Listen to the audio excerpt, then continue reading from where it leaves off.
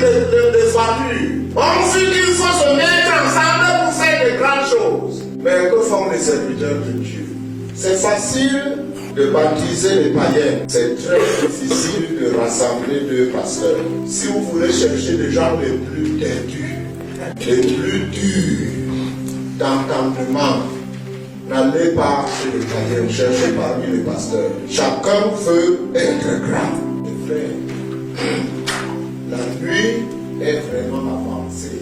Sauf dans les temps où Jésus n'est préoccupé que de son corps qui va être enlevé. Si tu veux être ouvrier avec lui dans ces temps de la fin, c'est vrai, perfectionne les quelques âmes que tu as, mais participe à l'édification de l'Église d'une façon ou d'une autre. Parce qu'à moins que la grâce de Dieu vienne pour que les pasteurs acceptent de se réunir, de prier ensemble, pour que chacun admette que pour une telle réunion, j'annule tel programme, selon la grâce de Dieu. Je vous salue mes frères et sœurs dans le nom de notre Seigneur Jésus-Christ. Pour ceux qui ne me connaissent pas, je suis Samuel Obake. Je viens du Cameroun, je suis né dans ce pays-là. C'est de là que je pars souvent pour aller voir où le Seigneur nous conduit. En 1928, mes parents chrétiens, pasteurs presbytériens d'une des plus importantes églises protestantes du pays. Avant que mon père meure en 1944, je ne connaissais vraiment pas le Seigneur Jésus. J'avais tout le catéchisme en tête. Je connaissais par mémoire les 350 cantiques du livre de cantiques. Je pouvais répondre à toutes les questions du catéchisme. Mais je crois que sans simplement utiliser les mots, si l'apôtre Paul dit qu'il était le premier des pécheurs, je crois que j'étais son adjoint.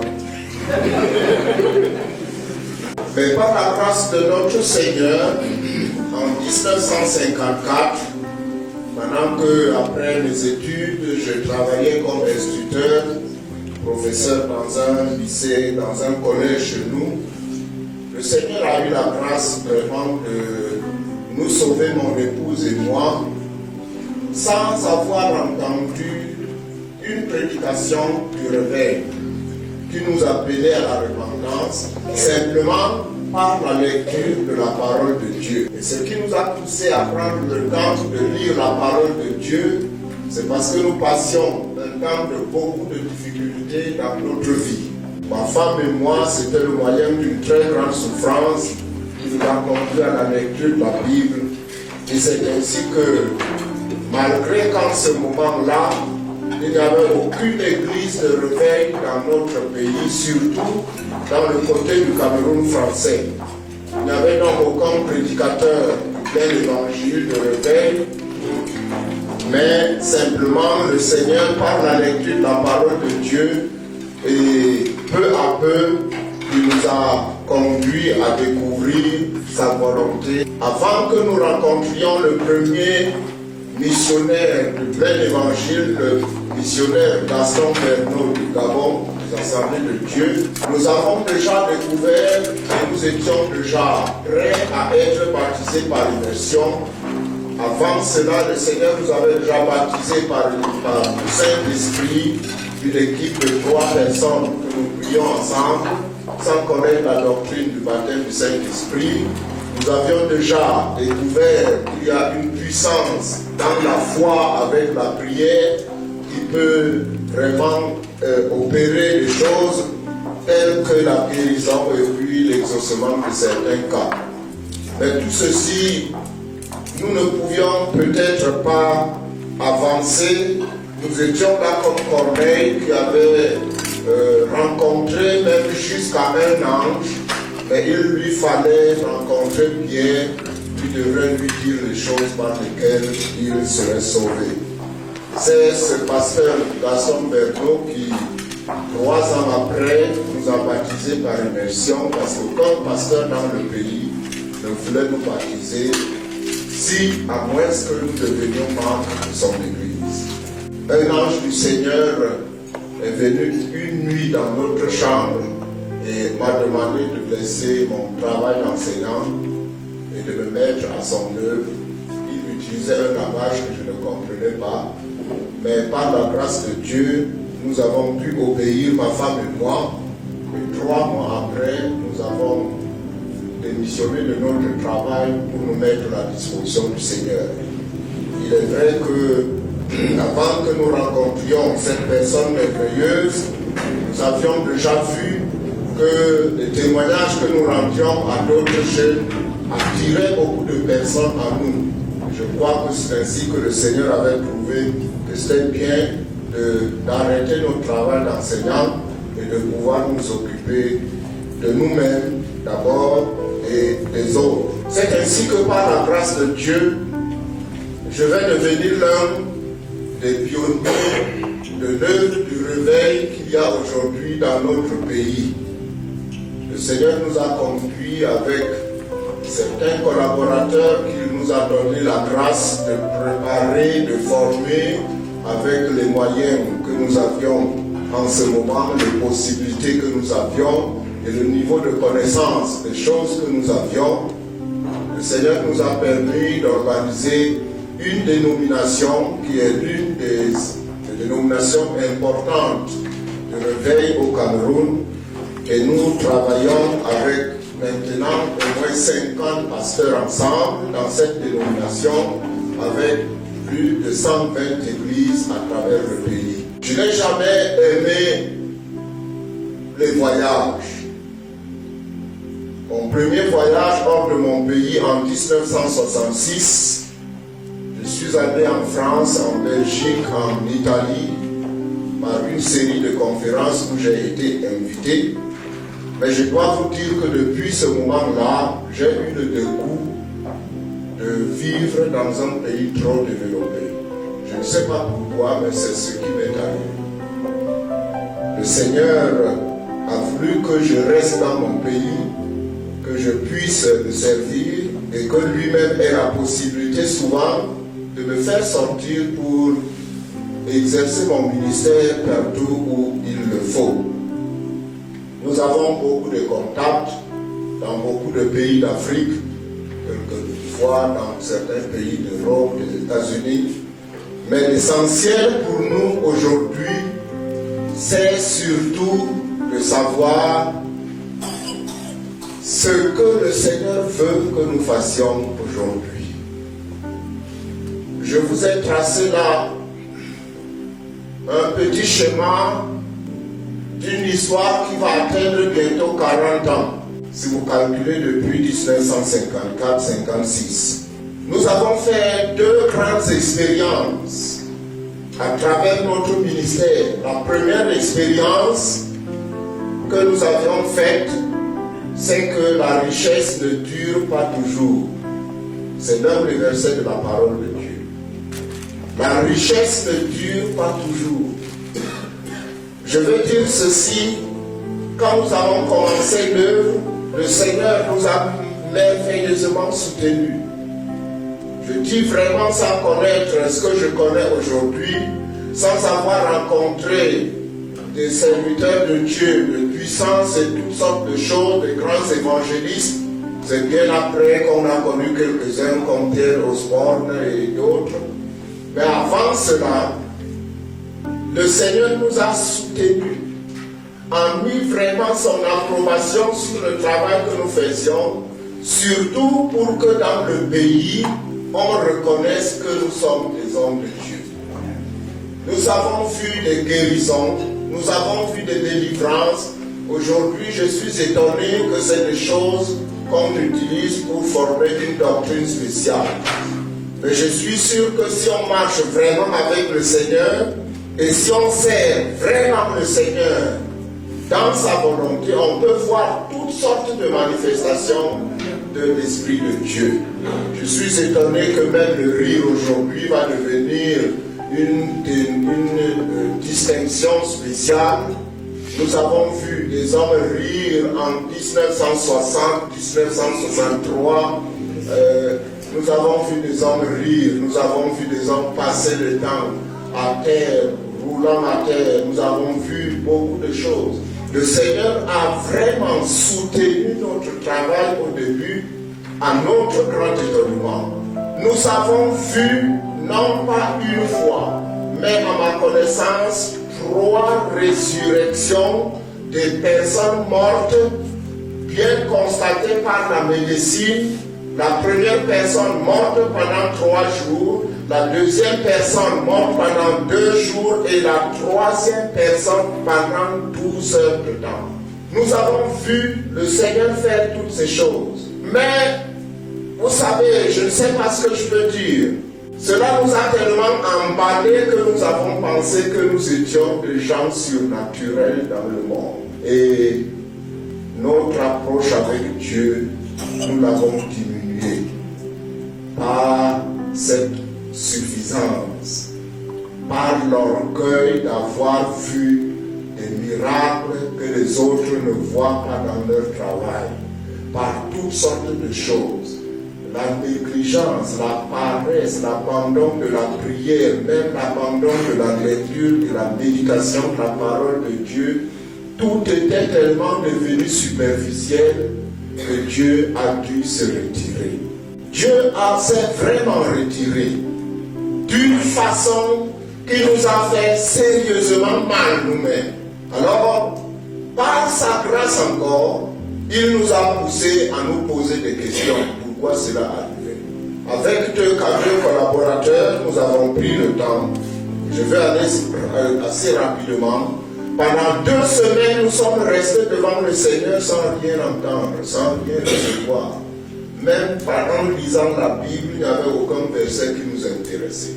À la 3e semaine, le Seigneur a eu grâce de nous parler comme un homme parle à un homme, de nous dire la cause de ce qui nous est arrivé, de nous donner les directives pour comment sortir de cette situation. Je vais vous dire, l'une des choses que le Seigneur nous a dites, que j'entends rarement, la toute première chose que Dieu nous a dit ce moment-là, c'est d'aller fermer toutes nos églises et de demander aux chrétiens de rentrer chez eux. Qui peut croire que ça peut venir de Dieu? Tout de suite, on dit ça, c'est le diable qui veut absolument détruire l'œuvre. Mais c'était clair. C'était vraiment clair. Et c'était vrai. Il est vrai, en ce moment-là, nous étions au moins une vingtaine de pasteurs. Il n'y a qu'une dizaine de pasteurs qui ont accepté ces paroles comme venant de Dieu. Tous les autres ont refusé. Mais ceux qui ont accepté, nous avons fermé les églises. Et l'église qui a souffert la plus de cela, c'est notre église à Edea, qui a été fermée pendant 2 ans et demi. 2 ans et demi. Dieu nous a dit comment, ce qu'on devait faire pendant cette période-là.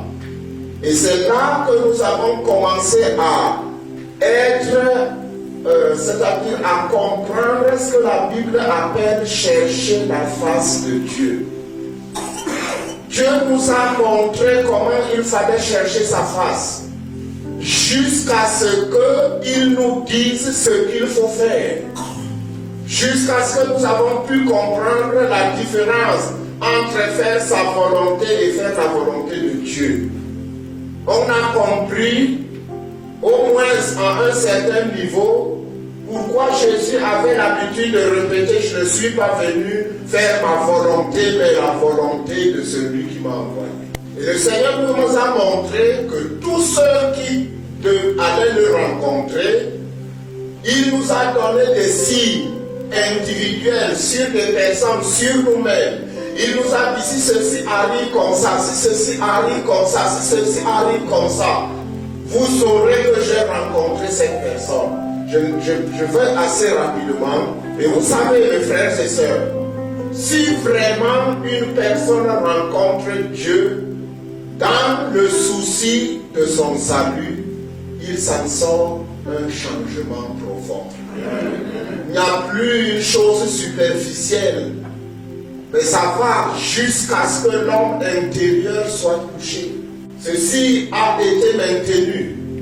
Et c'est ainsi que, peu à peu, on recommençait telle église ou telle église.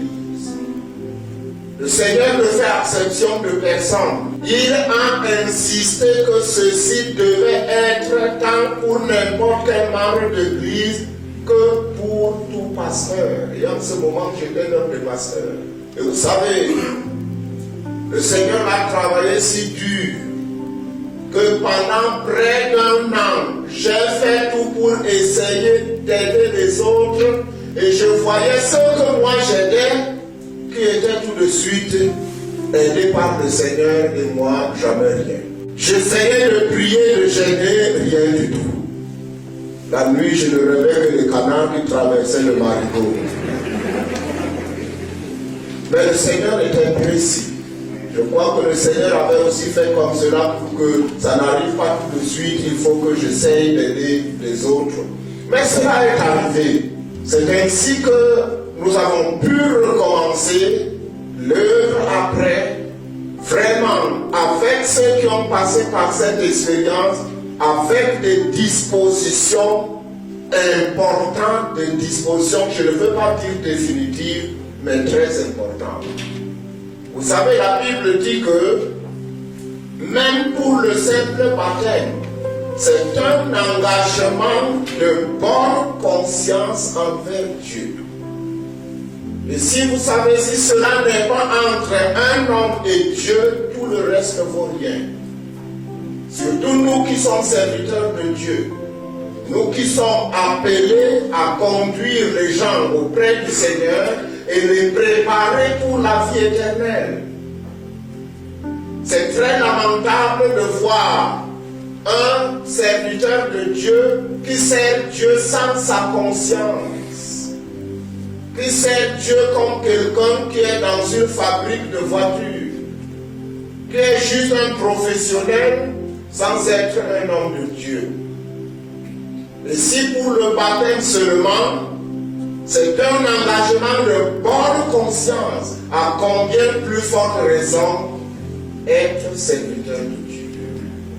La deuxième expérience que nous avons faite, et cela c'est ces dernières années, je vais aller rapidement.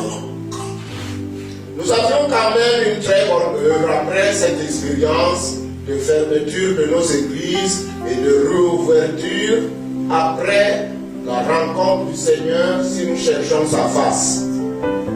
Mais après, beaucoup de choses ont commencé à être notre faim et notre soif.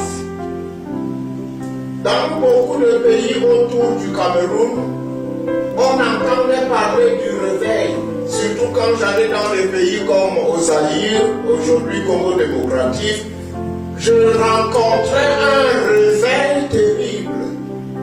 Quand j'étais là-bas, j'étais vraiment très content. Dès que je rentre au Cameroun, j'entre de nouveau dans le frigo. Le froid spirituel me ramasse encore. Cela a été une grande souffrance. Seigneur, pourquoi tu fais le réveil partout dans les pays autour, au Congo, même en Centrafrique, au Tchad, en Côte d'Ivoire, partout où je vais, je rencontre une action de l'esprit. Mais pourquoi au Cameroun ça meurt? Pourquoi au Cameroun c'est la place? L'une des choses que le Seigneur nous a mis à cœur, c'est de chercher l'unité du peuple de Dieu. J'aimerais vous dire la vérité, mes frères et sœurs. Dans Romains chapitre 13, il est dit au verset 11, cela importe d'autant plus que vous savez en quel temps nous sommes. L'œuvre de Dieu dans le monde n'est pas une entreprise humaine. Même comme il y a certaines personnes, ou bien une personne comme dit qu'il est le chef de l'Église dans le monde, vous savez que la Bible dit bien que c'est Jésus qui est le chef suprême de l'Église. L'œuvre de Dieu qui se fait dans le monde n'est pas une entreprise humaine. Qui que nous soyons, nous sommes simplement enrôlés dans l'œuvre de Dieu. Nous ne sommes ni patrons, ni vice-patrons, ni sous-chefs. Nous sommes ce que Jésus a appelé des serviteurs inutiles. Dans mon pays, l'une des constatations importantes, et même quand je voyage dans certains pays, je suis étonné de voir que les serviteurs de Dieu sont très actifs. Mais l'activisme n'est pas l'œuvre de Dieu. Ils font beaucoup de choses. Surtout vous qui êtes dans des pays comme ceux-ci, vous avez la possibilité de faire beaucoup de choses. Mais je constate qu'il y a beaucoup de serviteurs de Dieu qui font beaucoup de choses sans savoir en quel temps nous sommes. Ils font juste certaines choses comme d'habitude. Moi, mon père a été pasteur d'une grande église presbytérienne, mais ça ne vaut pas la peine de faire des choses comme lui il faisait. C'était son temps. Il y a des serviteurs de Dieu qui ne savent en quel temps nous sommes. Alors ils font tout, et ça ne concorde pas avec le temps dans lequel nous vivons. Et je veux continuer cette lecture au verset 12, il est dit, la nuit est avancée, le jour approche. Je crois qu'il y a même des serviteurs de Dieu qui, même quand ils disent qu'ils prêchent à l'église que Jésus revient bientôt, eux-mêmes n'ont pas une conviction que Jésus revient. Non, vraiment, parce que c'est une doctrine qu'ils prêchent comme un catéchisme. Mais eux-mêmes n'ont vraiment pas. Ils ne voient vraiment pas que Jésus revienne. Quand on connaît vraiment en quel temps on vit, quand on connaît, on comprend par l'esprit le calendrier et la montre de Dieu, on doit mettre en question, sa propre vie. Deuxièmement, le ministère qu'on exerce. Parce que Dieu ne fait pas aujourd'hui ce qu'il faisait au temps d'Abraham. Il y a des théologiens ici. Moi, je n'ai pas fait la théologie, mais j'ai appris qu'on enseigne que dans la Bible, il y a des dispensations. C'est-à-dire, dans chaque dispensation, Dieu faisait quelque chose. Dieu faisait de cette façon. Il y a des serviteurs de Dieu qui ne savent pas dans quelle dispensation nous sommes. Et surtout, dans quelle portion de cette dispensation nous sommes. Si nous sommes au début de la dispensation ou au milieu pour faire la fin. Mais je crois que pour un serviteur de Dieu, la plus grande honnêteté, c'est de savoir d'abord ce que Dieu veut faire. Quand Christ a rencontré Saul de Tarse sur le chemin de Damas, quand il a su que c'est le Seigneur Jésus, la question normale était, Seigneur, que veux-tu que je fasse? Pourtant, c'était un intellectuel. Pourtant, c'était un théologien. Pourtant, c'était un homme si capable. Un homme qui avait les lettres d'autorité pour aller faire n'importe quoi dans le pays. Mais quand il est arrivé, qu'il a rencontré le Seigneur Jésus, il a mis tout cela à terre. Il a cherché à savoir ce que Dieu veut qu'il fasse. La plupart des gens, surtout nous les chrétiens, peut-être même beaucoup de serviteurs de Dieu, nous passons seulement le temps à constater comment ça va mal. Ça va mal, la crise, ceci, tout ceci, les difficultés. On ne pense qu'à l'avenir de mes enfants, des études de mes enfants, l'héritage de mes enfants, je n'ai pas de maison, je n'ai pas ceci, tout cela. En tant que serviteur de Dieu, on passe le temps à constater toutes ces choses comme les gens du monde. Pourtant, la Bible dit, ne vous souciez pas de ce que vous mangerez, ce que vous boirez, ce dont vous serez revêtus. C'est les païens du monde qui cherchent ces choses. C'est écrit dans votre Bible, pas seulement dans la mienne. C'est les païens du monde qui cherchent ces choses. Quel est ce pasteur-là qui peut passer toute une semaine avec sa femme seulement dit vraiment la crise. Maman, comment on va faire? Comment on va faire? Demain, tu iras avec toi au marché. Tu vas que les enfants vont manger quoi? Et on va en vacances où? Vous qui aimez les vacances ici, on va faire quoi? Cet enfant va étudier quoi? Tout ça, tout ça.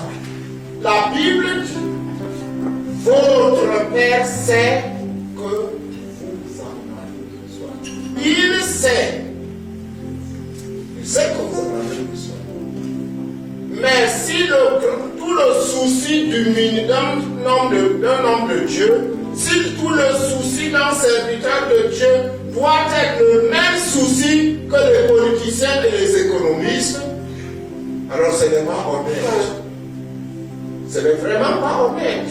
Et notre patron, c'est le Seigneur. Nous devons savoir ce qu'il est en train de faire maintenant. Ce qu'il veut faire maintenant.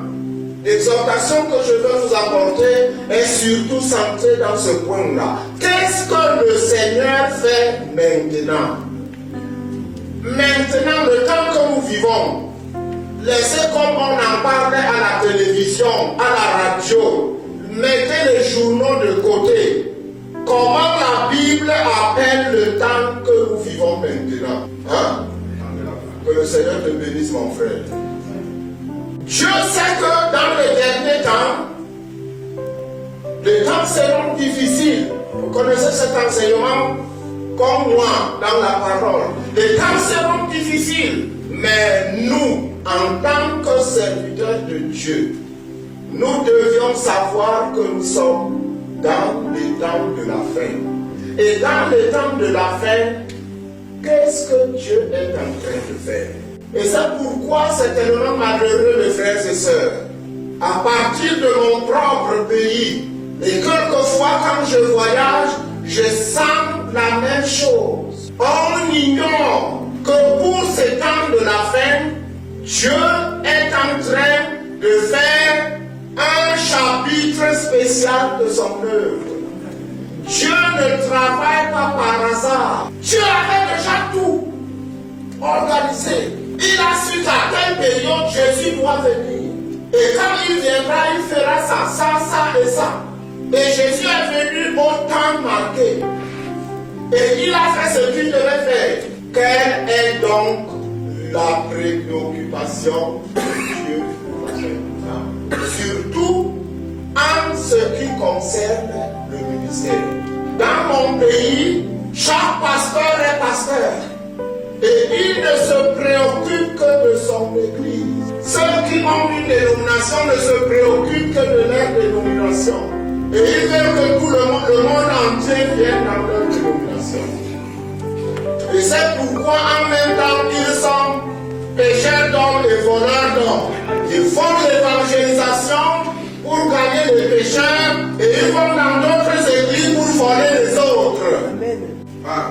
Parce qu'ils ne considèrent pas une autre dénomination, pour eux tout est là.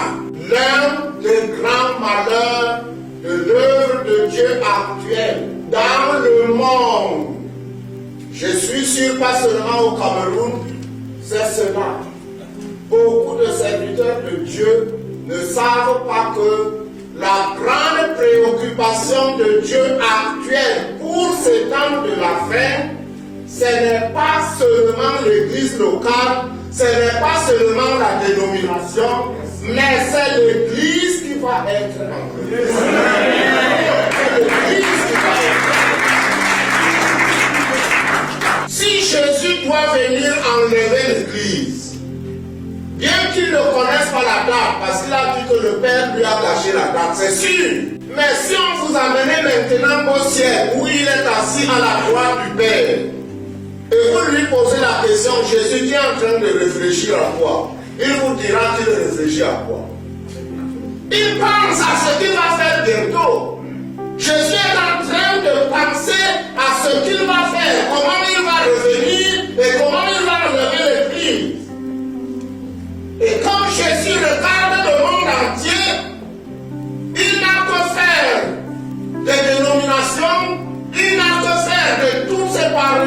ces maisons de prison, parce que toutes ces dénominations, ça devient de plus en plus des maisons de prison.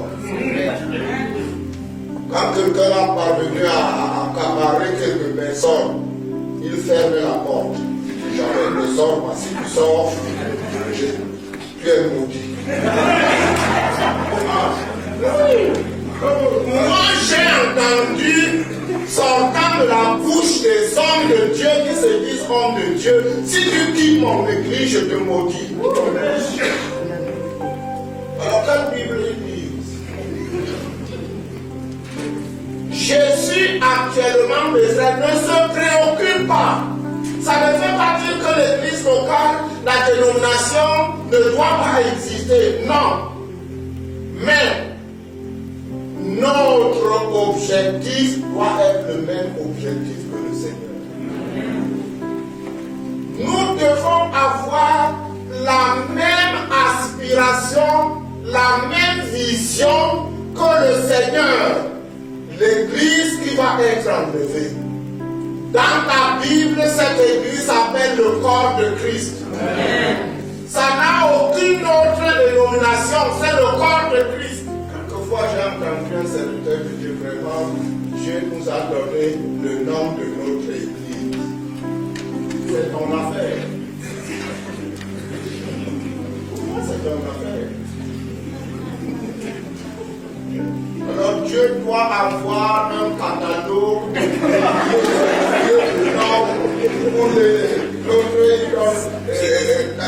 vie nouvelle, plein d'évangile, la révélation de l'autre. Et puis, comme c'est lui qui a donné ça, et c'est lui qui a dit encore que ces dénominations se bagarrent entre elles, que les pasteurs se haïssent, se méconnaissent. La plupart de ces serviteurs de Dieu ne considèrent le ministère que ce que eux ils exercent. C'est quoi un autre? Non, c'est le diable. C'est le diable là-bas. Ne va pas dans son église. Il y a le diable là-bas. C'est ici qu'il y a Dieu. Mais la principale préoccupation de Jésus, c'est l'église qu'il va enlever. C'est pourquoi il a prié que cette église-là ne soit pas fragmentée, divisée. Jean chapitre 17, que cette église soit unie. Jésus ne viendra pas enlever dans le même pays de la Belgique 40 églises. Et si tu ne connais pas les textes dans la Bible qui montrent que dans le temps de la fin, même si tu as une église locale, même si tu as une dénomination, même si c'est toi le président, directeur général, international, que tu saches que la préoccupation de Dieu, du Seigneur Jésus, c'est son église qui est son corps. Voilà l'un des textes. Michée chapitre 4. Michée chapitre 4, verset 1. Il arrivera futur, dans la suite des temps. Il arrivera dans la suite des temps. Ça, c'est le futur. Mais même quand la dernière trompette sonnera, ce texte sera toujours au futur. Même le jour où la dernière trompette sonnera, que l'église va être enlevée, dans ta Bible, ce texte sera toujours au futur. Alors ne te trompe pas. Ce texte n'est plus au futur, mon frère. Il faut le lire comme ça. Le temps est arrivé. Dans la fin de temps que nous sommes, que la montagne de la maison de l'Éternel sera fondée sur le sommet des montagnes et qu'elle s'élèvera par-dessus les collines et que les peuples y afflueront. Je m'arrête d'abord là. Il y a ici 3 choses qui sont mentionnées. La montagne de la maison de l'Éternel. Ça, c'est l'image de l'Église qui est le corps de Jésus-Christ, qui n'a pas de dénomination. La montagne de la maison de l'Éternel, ce n'est pas l'église que Obakar a fait à Elia. la montagne de la maison de l'Éternel. Il dit que cette montagne de la maison de l'Éternel sera au-dessus des autres montagnes et des autres collines. Les autres montagnes et les autres collines, c'est alors nos églises que nous fabriquons, nos dénominations que nous fabriquons, et que nous pensons être plus importantes dans ce monde que n'importe quoi. Ça ne vaut rien aux yeux de Dieu. Ça ne vaut rien. Et une église, même de 10 fois plus que l'église de Yondicho, ça ne vaut rien aux yeux de Dieu. C'est lui qui oint une personne pour avoir une grande église. Il oint aussi d'autres personnes pour avoir une petite église. Il ne faut jamais l'oublier. Si tu n'es pas oint pour avoir une grande église, tu n'en auras jamais. Mais oui! Il y a un petit village à Edea qui s'appelle Okot, qui n'a que 20 habitants, 20 personnes qui habitent à Okot. Est-ce que je peux faire là-bas une église de 2000 membres? Je ne peux pas faire là-bas une église de 2000 membres. Dieu oint certains pour avoir de grandes églises. Dieu oint d'autres pour avoir de petites églises. Vous ne pouvez pas me douter. La Bible dit que c'est Dieu qui fait le riche et le pauvre. C'est dans le proverbe. C'est Dieu qui fait le riche et le pauvre. Moi, je bénis le Seigneur pour des ministères comme Yondicho et les autres. Mais je ne les adore pas. Je ne prie même pas Dieu. Seigneur, fais que je sois comme Yondicho. Jamais. Je me supplie seulement, Seigneur, fais que moi, au Baker, je fasse ce que tu veux que je fasse. J'ai formé un jeune garçon à travers mon ministère, converti par notre ministère. Je l'ai formé et il a étudié dans notre école biblique. À Douala, il a une église 2 fois plus grande que la mienne. 2 fois plus grande. Alors vous voulez que je fasse comment? Que je lui dise non, tu n'as pas le droit d'avoir une église plus grande que moi. Pas du tout. Dieu fait comme il veut. Ne mets pas l'accent sur ce que tu es en train de faire, comme si tu es quelque chose. Quand Jésus viendra enlever son église, toutes ces églises, Yondicho n'aura aucune valeur devant le corps de Christ. La montagne de la maison de l'Éternel. C'est là. Aujourd'hui, Dieu peut faire que tel serviteur de Dieu fasse de grandes choses, l'autre fasse des choses moyennes, l'autre fasse des choses petites. Quand le temps arrivera, Jésus va rassembler tout cela et nous serons tous des serviteurs inutiles. C'est à cause de manque de ces observations que les gens fabriquent de grandes églises en y mettant tout, même le bois, même les pailles, même quoi que ce soit. Il a des milliers de personnes à l'église, mais il n'a pas un seul qui est prêt pour l'enlèvement. Amen. Vous dites Amen, c'est seulement ce qu'il y a. C'est ce qu'il y a. Si Dieu ne te donne pas, tu n'auras pas. Frères et sœurs, notre ministère devait soutenir aujourd'hui ce que le Seigneur Jésus est en train de faire. Il a prié dans Jean chapitre 17 qu'il soit un.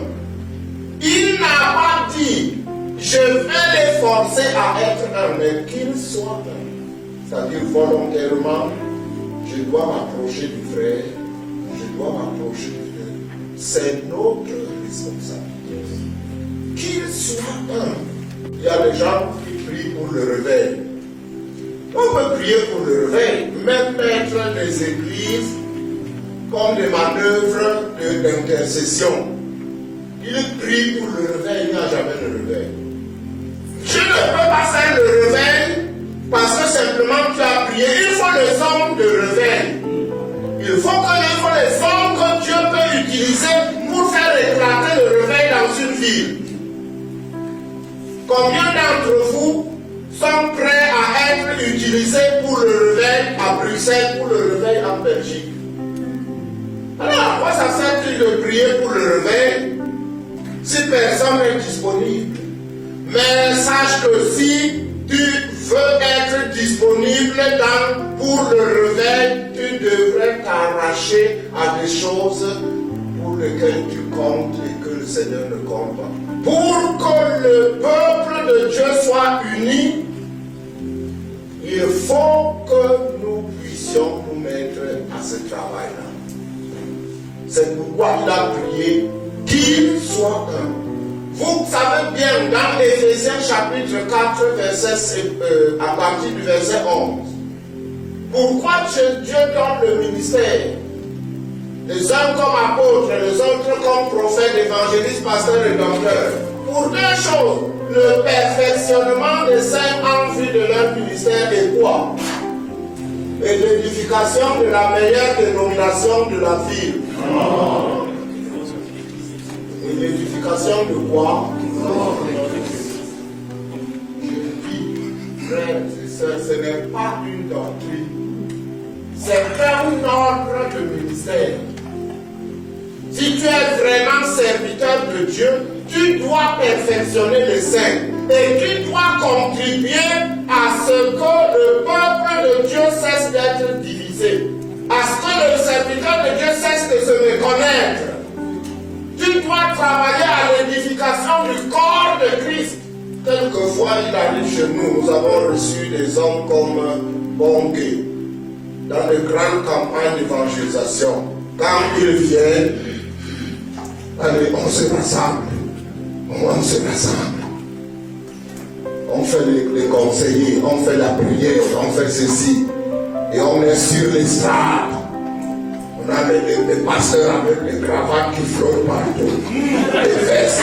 Même comme il fait chez nous, chaud chez nous, on porte les vestes, la sueur coule, mais quand même, on est en veste. On est là sur les strates. Donc, bien faire son travail. Dès qu'il s'en va, chacun rentre dans sa dénomination. On ne se salue plus, on ne se connaît. Nous devons collaborer, contribuer à l'édification du corps de Christ.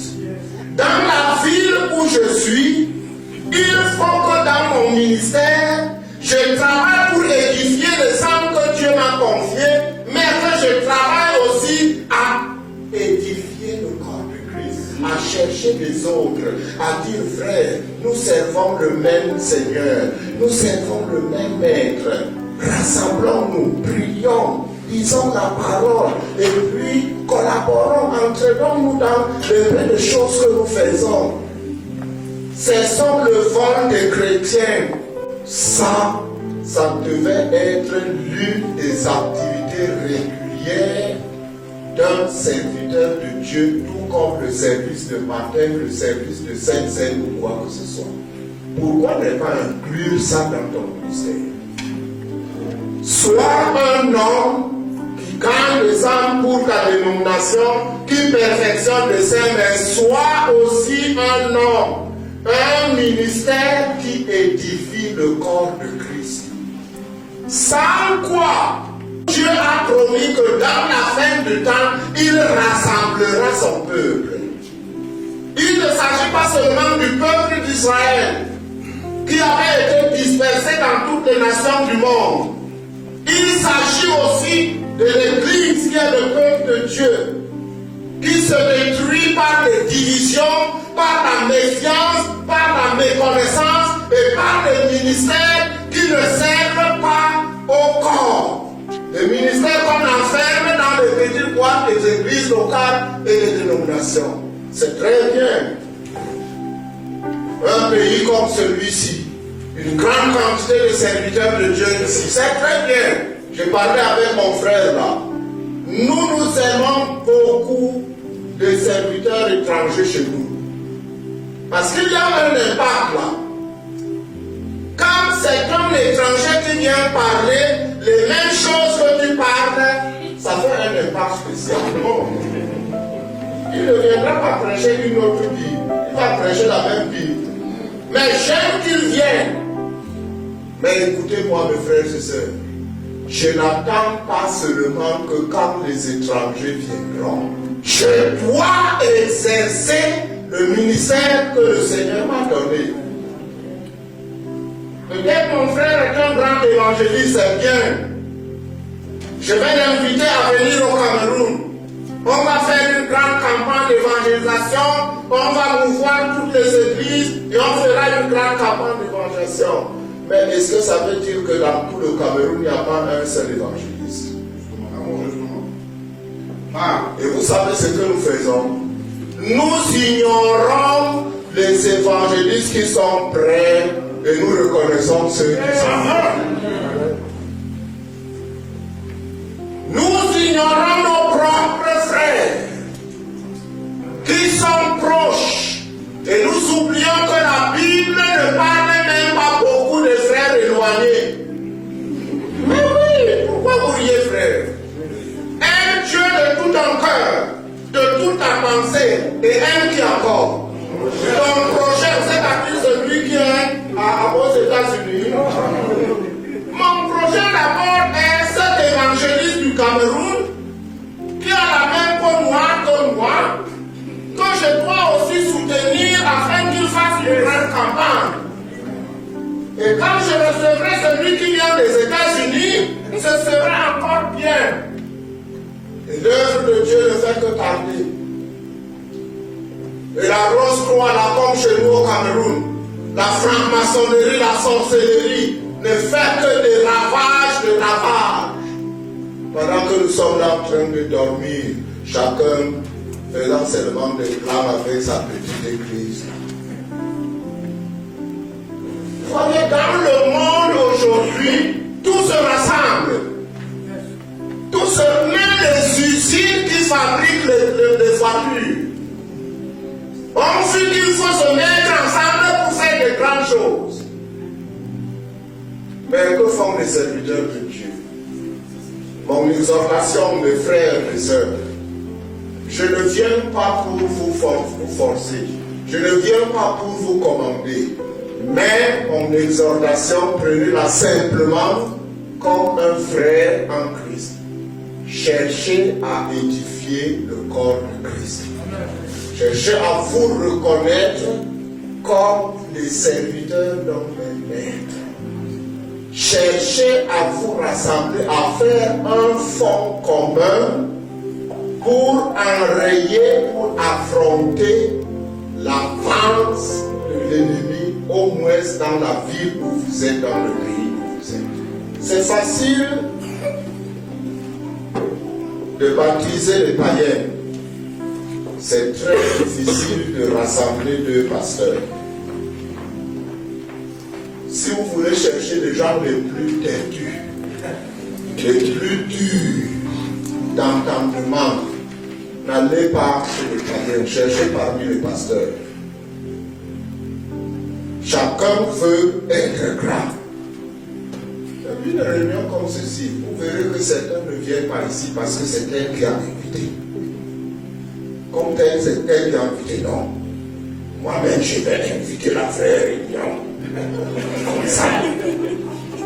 Dans ces temps de la fin, c'est vrai, perfectionne les quelques âmes que tu as, mais participe à l'édification du corps d'une façon ou d'une autre. Je dis que c'est l'une des tâches difficiles. L'une des tâches difficiles. À savoir que la grâce de Dieu vienne pour que les pasteurs acceptent de se réunir, de prier ensemble, pour que chacun admette que pour une telle réunion, j'annule tel programme, il faut seulement la grâce de Dieu. Il faut la grâce de Dieu. Pourtant, c'est ce qu'il faut. Que ce soit dans la ville où vous êtes deux ou trois, que ce soit dans un pays comme ceci, une réunion comme ceci, vous passez le temps à prier, à chercher la face de Dieu.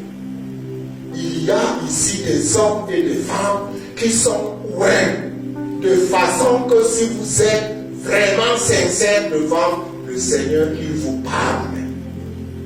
Il vous parle.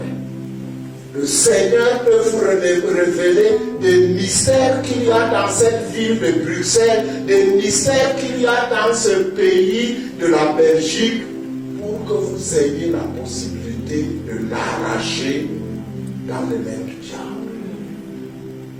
Et je crois que chacun prie comme ça. Seigneur, donne-nous la Belgique, donne-nous la Bruxelles. Tu peux prendre ça toi seul. Tu ne peux pas toi seul. Tu ne peux pas faire ça toi seul. Dieu n'a pas créé le monde lui seul. Il était avec le Père, le Fils et le Saint-Esprit. Faisons l'homme à notre image.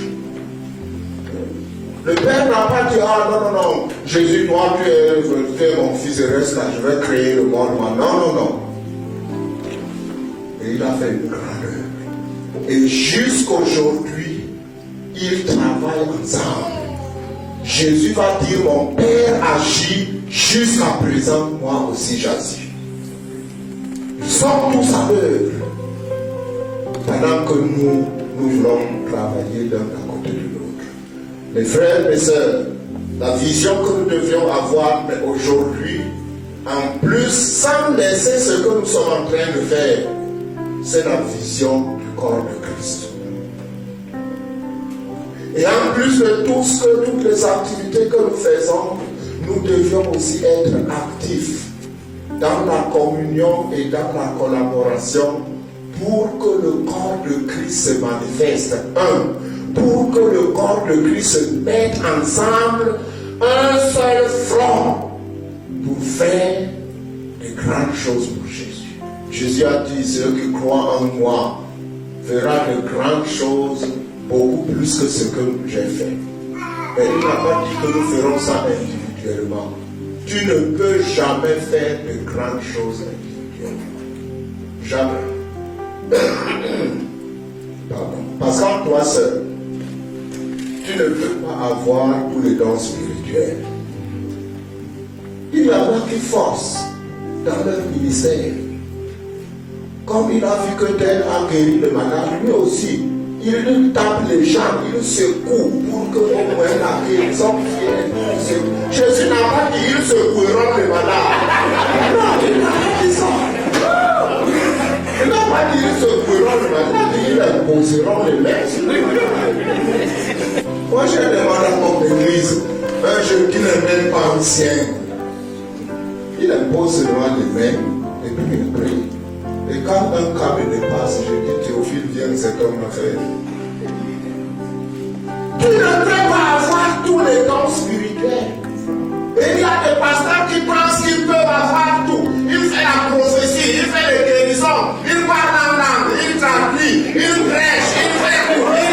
Il est même diable, il est même à la visite, il fait tout, il est partout. Tu ne peux pas dire, quoi, ton église, ça ne marche pas. Ça ne marche pas.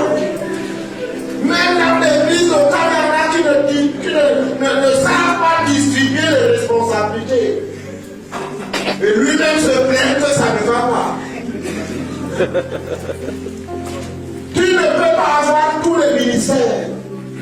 Même si tu es apôtre, tu ne peux pas être un apôtre, un prophète, un docteur, un évangéliste, tu ne peux pas avoir tout. Nous avons toujours besoin des autres. Ici, nous travaillons dans l'esprit du corps. Je serai dans mon église, mais je permettrai que d'autres ministères passent dans mon église. Et si je permets d'autres ministères qui passent dans mon église, ces églises vont aussi m'inviter pour que mon ministère soit utile. Et c'est ainsi que Dieu va même faire émerger les vrais ministères. Parce qu'il y a tellement d'aventuriers aujourd'hui dans le ministère.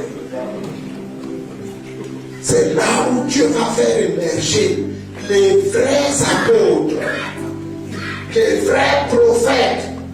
Ce n'est pas quelqu'un qui a vu quelqu'un qui a l'argent qui dit Dieu m'a dit que je dois venir chez toi. Non. Les vrais prophètes qui disent à l'église attention, ceci va arriver et la chose arrive. Amen.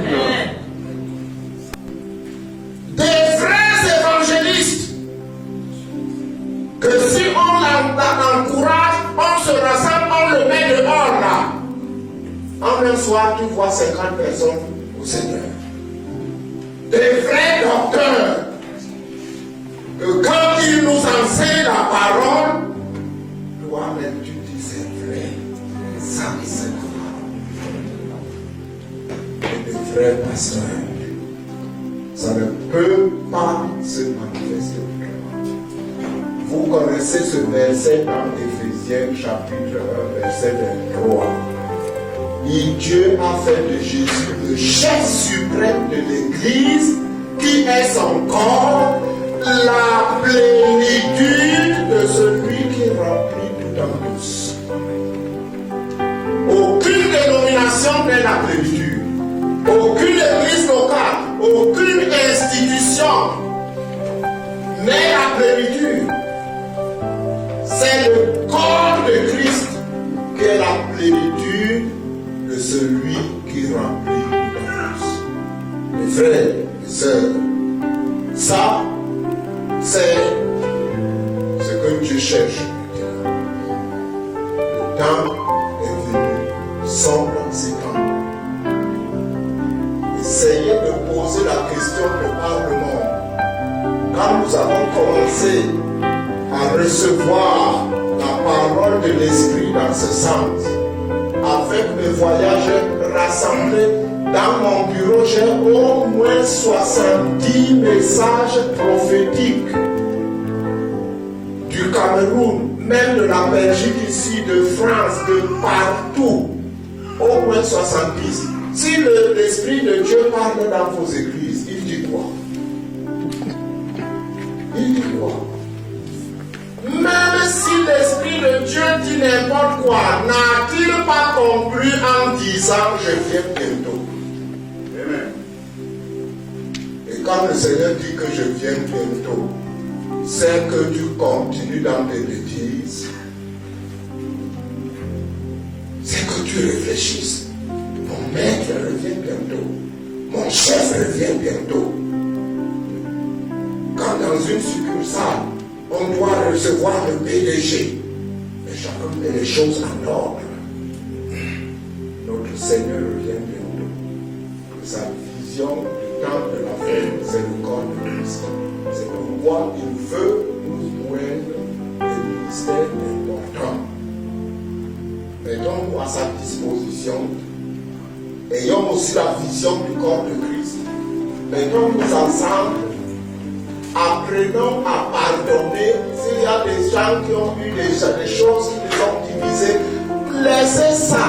L'apôtre Paul dit, pardonnez-vous comme Christ vous a pardonné. Sans tribunal. Parce que nous voulons viser de grandes choses. Que le Seigneur vous bénisse, mes frères et sœurs.